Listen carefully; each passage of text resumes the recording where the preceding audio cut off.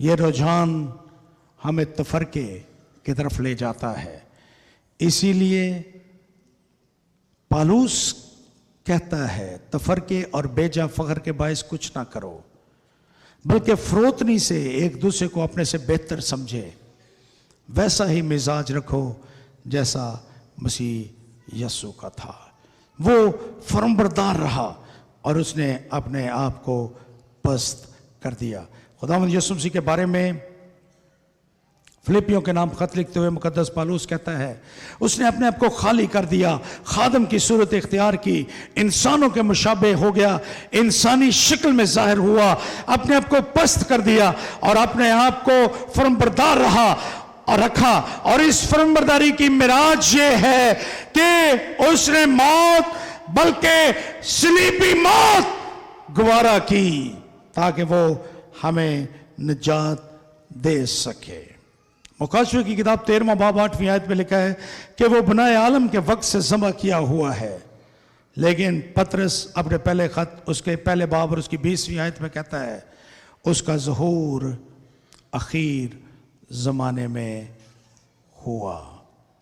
خداوند یسوع مسیح دکھ اٹھانے والا خادم ہے اور مسیح کا مزاج یہ ہے جو فلپی کی کلیسیا اور آج کی دنیا کے مسائل کا حل ہے کہ یسوع مسیح دوسروں کی نجات کی خاطر صلیب تک جانے کے لیے تیار ہو گیا. ہم ایک دوسرے کے لیے کہاں تک جانے کے لیے تیار ہوتے ہیں؟ ہم تو اپنے آپ کو پست کرنے کے لیے بھی تیار نہیں ہوتے. اور میں اس متن کی آخری آیات کی طرف بڑھتا ہوں جہاں پر یہ لکھا ہے کہ خدا نے بھی اسے سرفراز کیا، اسی واسطے خدا نے بھی اسے بہت سر بلند کیا اور اسے وہ نام بخشا جو سب ناموں سے اعلیٰ ہے، تاکہ یسوع کے نام پر ہر ایک گھٹنا جھکے، خواہ آسمانیوں کا ہو، خواہ زمینیوں کا، خواہ ان کا جو زمین کے نیچے ہیں، اور خدا باپ کے جلال کے لیے ہر ایک زبان اقرار کرے کہ یسوع مسیح خداوند ہے. خداوند یسوع مسیح نے جس کی الوہیت کو میں نے آپ کے سامنے بیان کیا اور پھر میں نے بیان کیا کہ کس طرح سے وہ بشر بن کر مجسم ہو کر ہمارے درمیان رہا، اس نے اپنے آپ کو پست کر دیا. لیکن جب وہ فرمانبردار رہا تو خدا نے اس کو سر بلند کیا. خدا کا پاک کلام سرفرازی کی مثال قائم کرتا ہے. خداوند یسوع مسیح کی صورت میں خداوند یسوع مسیح نے سرفرازی سے پہلے صلیبی دکھ اٹھائے اور وہ صلیب پر مر گئے. یاد رکھیں کہ چوٹیوں تک پہنچنے کے لیے پہلے آپ کو وادیوں اور گھاٹیوں میں سے گزرنا پڑتا ہے. جب آپ سرفرازی پانا چاہتے ہیں تو آپ کو دکھ اٹھانا، فرمانبردار بننا، اپنے آپ کو پست کرنے کے لیے بھی آپ کو تیار رہنا چاہیے. اور اسے وہ نام بخشا جو سب ناموں سے اعلیٰ ہے. پرانے زمانے میں ایک بہت بڑا عقیدہ رائج تھا اور وہ عقیدہ یہ تھا کہ اگر آپ کو کسی دیوتا کا نام معلوم ہو جائے تو آپ بطور انسان اس معبود کی ساری قدرت، اختیار اور قوت پر حاوی ہو سکتے ہیں. اس کو دنیا میں اسم اعظم بھی کہا جاتا ہے. جب آپ کو کسی معبود کا نام آپ کو پتہ چل جائے تو آپ اس کی قدرت، قوت پر حاوی ہو سکتے ہیں. لیکن خداوند یسوع مسیح کے بارے میں یہ انسانوں کا وہم ہے. خداوند یسوع مسیح کے بارے میں مکاشفہ کی کتاب اس کا 19واں باب اور اس کی 12ویں آیت میں لکھا ہے کہ اس کا ایک ایسا نام ہے جسے اس کے سوا اور کوئی نہیں جانتا.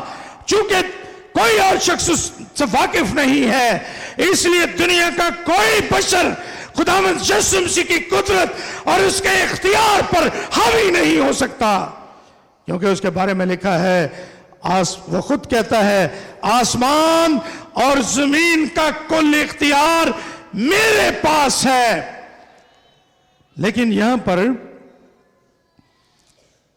اس کو ایک نام بخشا گیا ہے جو سب ناموں سے اعلیٰ ہے۔ یہاں پر اس سے مراد ویسا ہی انداز ہے جیسا ہم پرانے عہد نامے میں پڑھتے ہیں۔ خدا بہت سے لوگوں کے نام تبدیل کرتا ہے۔ اس نے یعقوب کا نام اسرائیل رکھ دیا، اس نے ابراہیم کا نام ابراہام رکھ دیا، اس نے ساری کا نام سارا رکھ دیا۔